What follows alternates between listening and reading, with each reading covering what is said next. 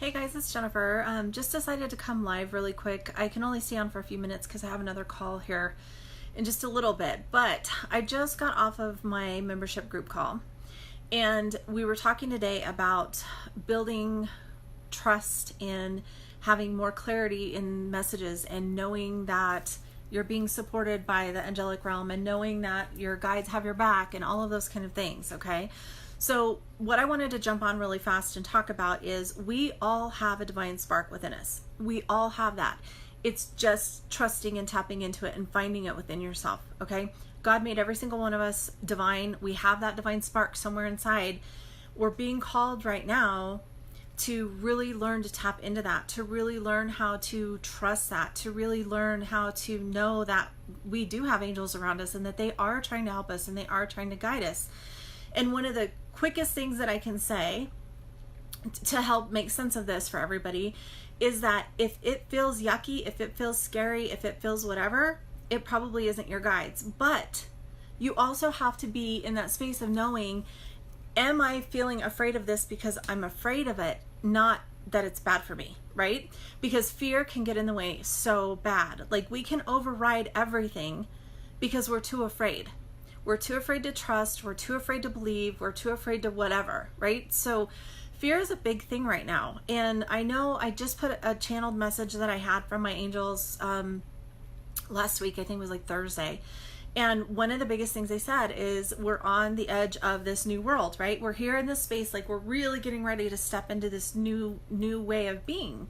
And that new way of being is going to require us to learn to understand that we do have spirit around us, we do have angelic protection around us, we do have guides around us. You've heard it said, like, the war isn't with others, the war is with the spiritual realm, right? So like, it's not, and again, you guys, it's nothing to be afraid of because we have a God spark in us. So we've got to be, where can we tap into that, right? Now that being said, okay, so how do you trust yourself? You've got to get centered and you've got to be in a space and ask yourself, is this me being afraid and talking myself out of it? Is this me going down a rabbit hole of all of the things that are going to go wrong? Is this me in a place of the negative beliefs that come in my head?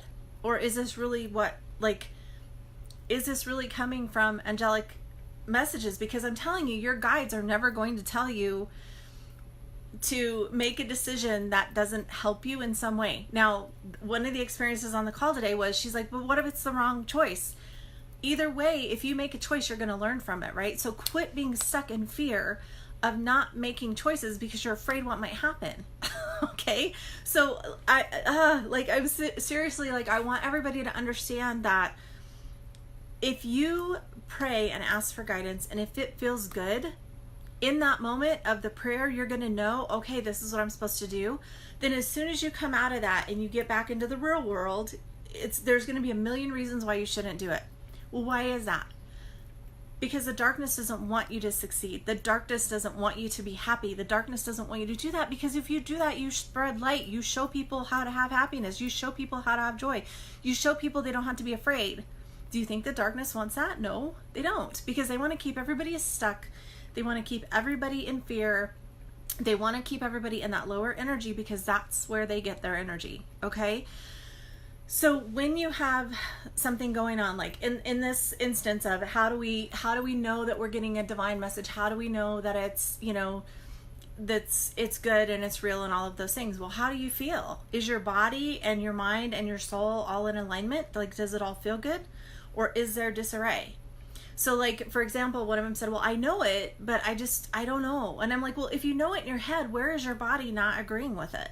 Like, find out where are you, and then once you find out where it's not in alignment, then find yourself, okay, is that true?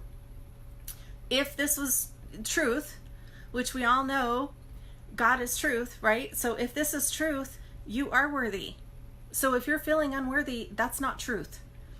If you were feeling like this is what love would be like and it would be so free and whatever, but then when you walk out of that, you think, no, I can't have that love. That's not truth either. Do you see what I mean? Like, our angels are here supporting us, trying to help us step into this new level of It's kind of almost, I'm like laughing and arguing with my guides at the same time. They're like, we're trying to bring in this heaven on earth feeling, but everybody on earth is resisting it because they don't believe that it can actually be good, right? The funny thing is, when you shift your perception, when you start making choices out of love instead of fear, it starts to feel more like heaven on earth. Not saying that there won't be still stuff that happens, because we're human and we're in contrast, we're on earth. It's gonna be light and dark all the time. But you get to choose which part of that you align with and which part of that you experience. You might still see that darkness can happen, but you don't have to align with it. You don't have to let that overpower your day, right? So where can you align with love? Where can you align with truth? Yeah, darkness is definitely afraid of our light, right? And they can be tricky too. So it's just being in that space of, how do you get clarity? By trusting. How do you trust? Practice. Right? So it sounds so nominal and so boring, but one of the questions today on the membership call was, well, how do you know? Like, every time you say, oh, I just talked to Archangel Metatron, how do you know that was him? Because I know how he feels. I know what he feels like. I've had experiences with him before. Well, how do you know it's Archangel Michael? Because he always shows up like this. He has this presence. He feels like this. Well, how do you know that? Practice.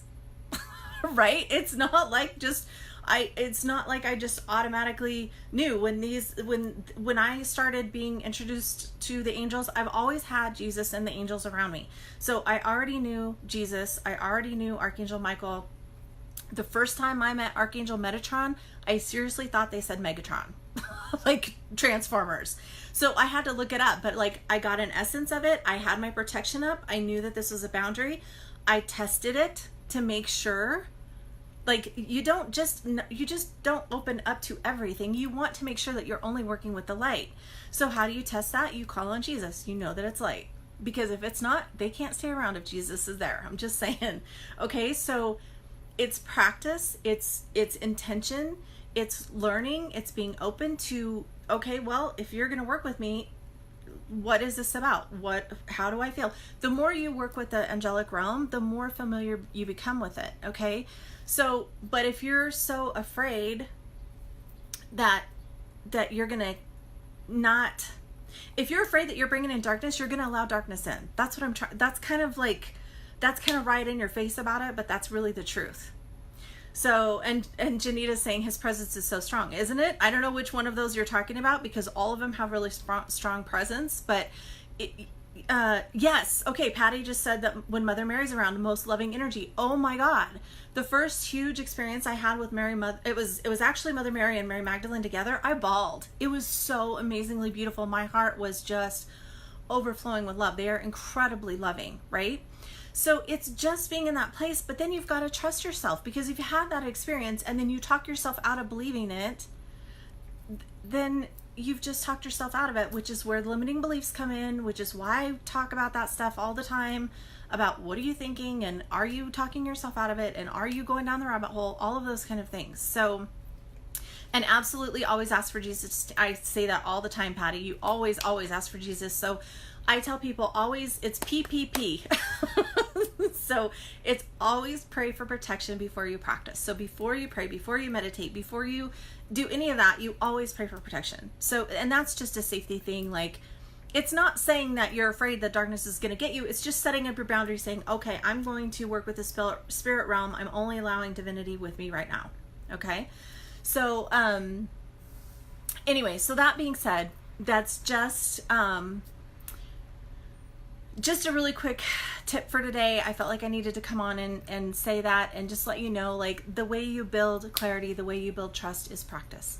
So, all right, guys, see ya. Let me know how it's going. Let me know if you have questions, and thank you guys for being here. I'll talk to you soon. If you like it, share it. Thanks. Bye.